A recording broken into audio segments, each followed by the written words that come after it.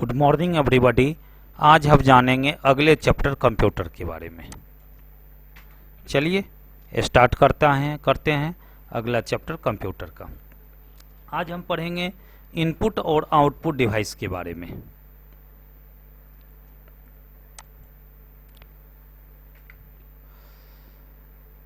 तो input device क्या क्या होते हैं? Keyboard, mouse, joystick, scanners, digital camera, barcode reader, touch screen, speech input device जिसको बोलते हैं माइक्रोफोन। अब आउटपुट डिवाइस के बारे में पढ़ेंगे। मॉनिटर, स्पीकर, प्रिंटर, जो कि अलग अलग प्रकार के प्रिंटर्स होते हैं, डिफरेंट टाइप्स ऑफ प्रिंटर्स।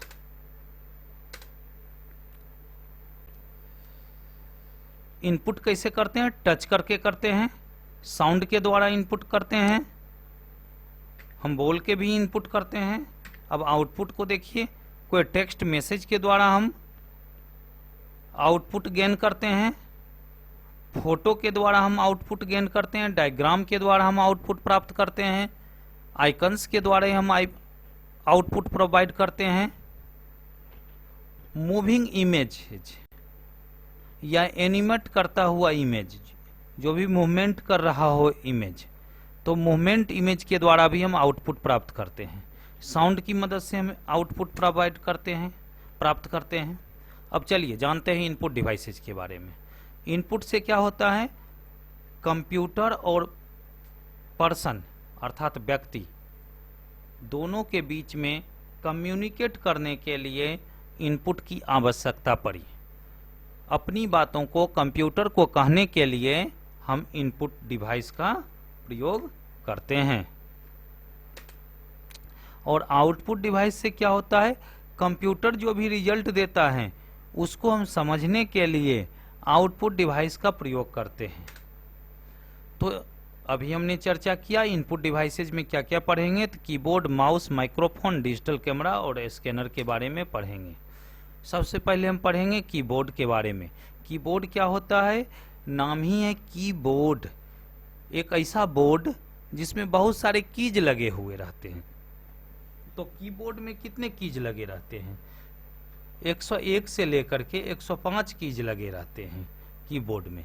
अलग अलग कंपनी का कीबोर्ड आता है, तो अलग अलग कंपनी ने अपने हिसाब से बटन्स निर्धारित कर रखे हैं। कुछ कीबोर्ड में 101 आते हैं, किसी में 102 आते हैं, किसी में 103 होते हैं, किसी में 104 होते हैं, किसी कीबोर्ड में 105 बटन्स होते हैं।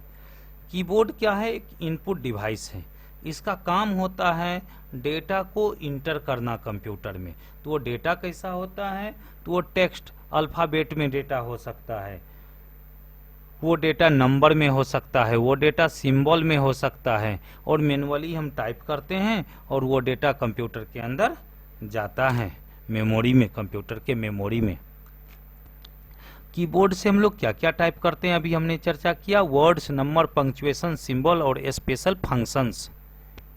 आज हम जानेंगे कीबोर्ड को काफ़ी डिटेल में। तो चलें हम लोग शुरू करते हैं। कीबोर्ड को काफ़ी डिटेल में बारीकी से पढ़ेंगे। कीबोर्ड के सबसे ऊपर में आप देखेंगे फंक्शंस की होते हैं। हम जूम करके आपको दिखाते हैं। यहाँ पे देखिए फंक्शंस की दिए हुए हैं। F1, F2, F3, F4, F5, F6, F7, F8, F9, F10, F11, F12। ये क्या है? फंक्शन की है।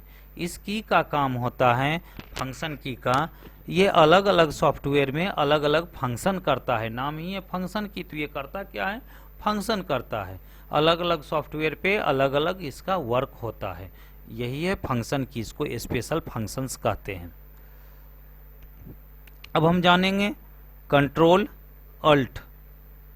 कंट्रोल अल्ट ये कमांड बटन है। इस बटन का प्रयोग करके हम कमांड प्रयोग करते हैं। तो अलग अलग सॉफ्टवेयर पे अलग अलग कमांड्स बना हुआ है। जैसे कि जनरली सॉफ्टवेयर में कंट्रोल के साथ एन प्रेस करते हैं तो न्यू हो जाता है, नया पेज आता है। कंट्रोल के साथ ओ प्रेस करते हैं तो ओपन बॉक्स खुलता है। कंट्रोल के साथ एस प्रेस करते हैं तो सेव बॉक्स खुलता है। यहाँ पे शिफ्ट, इसका भी प्रयोग कमांड के लिए होता है अलग अलग सॉफ्टवेयर के मुताबिक। लेकिन साधारणतः शिफ्ट का जो काम होता है, अगर शिफ्ट प्रेस कर देते हैं तो कैपिटल लेटर लिखने लगता है। कब? जब कैप्स लॉक ऑफ हो तब। अगर कैप्स लॉक ऑन है, अगर तब शिफ्ट प्रेस करेंगे तो स्मॉल लेटर लिखना शुरू करेंगे। शिफ्ट की ही मदद से हम पंक्चुएशन से लिखते हैं। यहाँ पे एरो की दिया हुआ है, देखिए 4 एरो की है। इसको अप एरो बोलते हैं, डाउन एरो बोलते हैं, लेफ्ट एरो बोलते हैं, राइट एरो बोलते हैं। एरो की का काम होता है कर्सर को मूवमेंट करना। कर्सर को मूवमेंट करने के लिए एरो की का हम इस्तेमाल करते हैं। अब चलिए हम जानते हैं एस्केप की है कीबोर्ड में। एस्केप का क्या काम होता है? एस्केप का काम होता है कोई सॉफ्टवेयर खुला हुआ है या कोई सॉफ्टवेयर का कोई विंडोज खुला है, कोई सॉफ्टवेयर खोलने के बाद उसमें कोई विंडोज खोले हैं, उसको हटाने के लिए, एस्केप का मतलब ही होता है हटाना, उसको कैंसिल करने के लिए हम एस्केप बटन प्रेस करते हैं। अब जानेंगे टैब बटन क्या होता है। अब हम स्पेस बार से भी कर्सर को हम आगे बढ़ाते हैं, लेकिन हमें हाफ इंच कर्सर को एक ही बार जंप कराना है, अर्थात कूदकाना है कर्सर को। तो हम टैब बटन प्रेस करेंगे और कर्सर हाफ इंच जंप करेगा। चलिए कैप्स लॉक के बारे में जानते हैं। जब कैप्स लॉक बटन ऑन करेंगे तो कैपिटल लिखना शुरू कर देगा computer. Caps lock button of करेंगे तो ये स्मॉल लिखना शुरू कर देगा। और इस साइड में देखा जाए, यहाँ पे दिया हुआ है नमलॉक बटन। ये नमलॉक बटन है, न्यूमेरिक कीपैड है, ये नमलॉक बटन है। इसमें यहाँ पे दिया हुआ है 0 1 2 3 4 5 6 7 8 9। इस साइड में भी दिया हुआ है 0 से लेकर 9 तक, लेकिन ये नमलॉक बटन है। इसका प्रयोग करते हैं हम तेजी से नंबर टाइप करने के लिए। यहाँ पे नमलॉक बटन है, जिस बटन का काम होता है इस न्यूमेरिक कीपैड को ऑफ कर देना और न्यूमेरिक कीपैड को ऑन करना। ये नमलॉक बटन से करते हैं। नाम ही है लॉक, या तो इसको लॉक कर देता है या तो उसको अनलॉक कर देता है। एक बार प्रेस करेंगे तो वो लॉक हो जाएगा, दोबारा प्रेस करेंगे तो वो अनलॉक हो जाएगा। न्यूमेरिक कीपैड है ये। इसमें और भी कुछ कीज दिए हुए हैं, एडिशन, सब्ट्रैक्शन, मल्टीप्लेक्शन और डिवीजन, ये भी दिए हुए हैं। यहाँ पे डेल बटन है, जो भी सेलेक्ट रहेगा उसको हम डिलीट भी कर सकते हैं इस कीपैड की मदद से। तो न्यूमेरिक कीपैड को ऑन ऑफ करने के लिए नमलॉक बटन की जरूरत पड़ती है। और ये जो देख रहे हैं फर्स्ट, ये एक लाइट है। यहाँ पे ये फर्स्ट लाइट का काम होता है नमलॉक बटन का लाइट है। ये जो फर्स्ट बटन का लाइट है वो किसका लाइट है? नमलॉक बटन का लाइट है। अगर इस नमलॉक बटन को प्रेस करने से अगर ये लाइट जलता है तो न्यूमेरिक कीपैड आपका वर्क करना शुरू कर देता है। और नमलॉक बटन को प्रेस करने से अगर यहाँ पे लाइट ऑफ हो जाती है तो न्यूमेरिक की वर्क करना बंद कर देता है। ये जो सेकंड वाला देख रहे हैं, ये सेकंड वाला, ये भी लाइट है।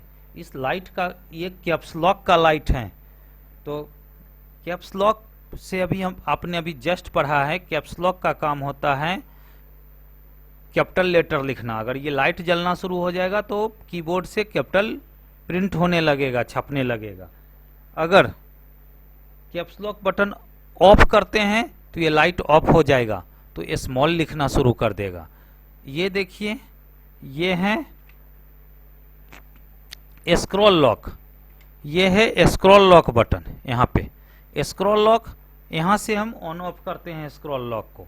तो स्क्रॉल लॉक का काम क्या होता है? तो स्क्रॉल लॉक अगर ऑन कर देते हैं और माउस में जो स्क्रॉल दिया हुआ है उसको अप एंड डाउन करते हैं तो सॉफ्टवेयर स्क्रॉलिंग होना शुरू हो जाता है। अगर इस स्क्रॉल बॉक्स को हम ऑफ कर देते हैं तो ऑटोमेटिकली स्क्रॉल नहीं होगा, हमें मैनुअल स्क्रॉल करना पड़ेगा। तो अभी हमने क्या जाना? तो कीबोर्ड के बारे में। That's all, thank you. आज के क्लास में इतना ही। आज हमने कीबोर्ड के बारे में जाना। अगले क्लास में हम माउस के बारे में जानेंगे। That's all. Thank you. जय हिंद।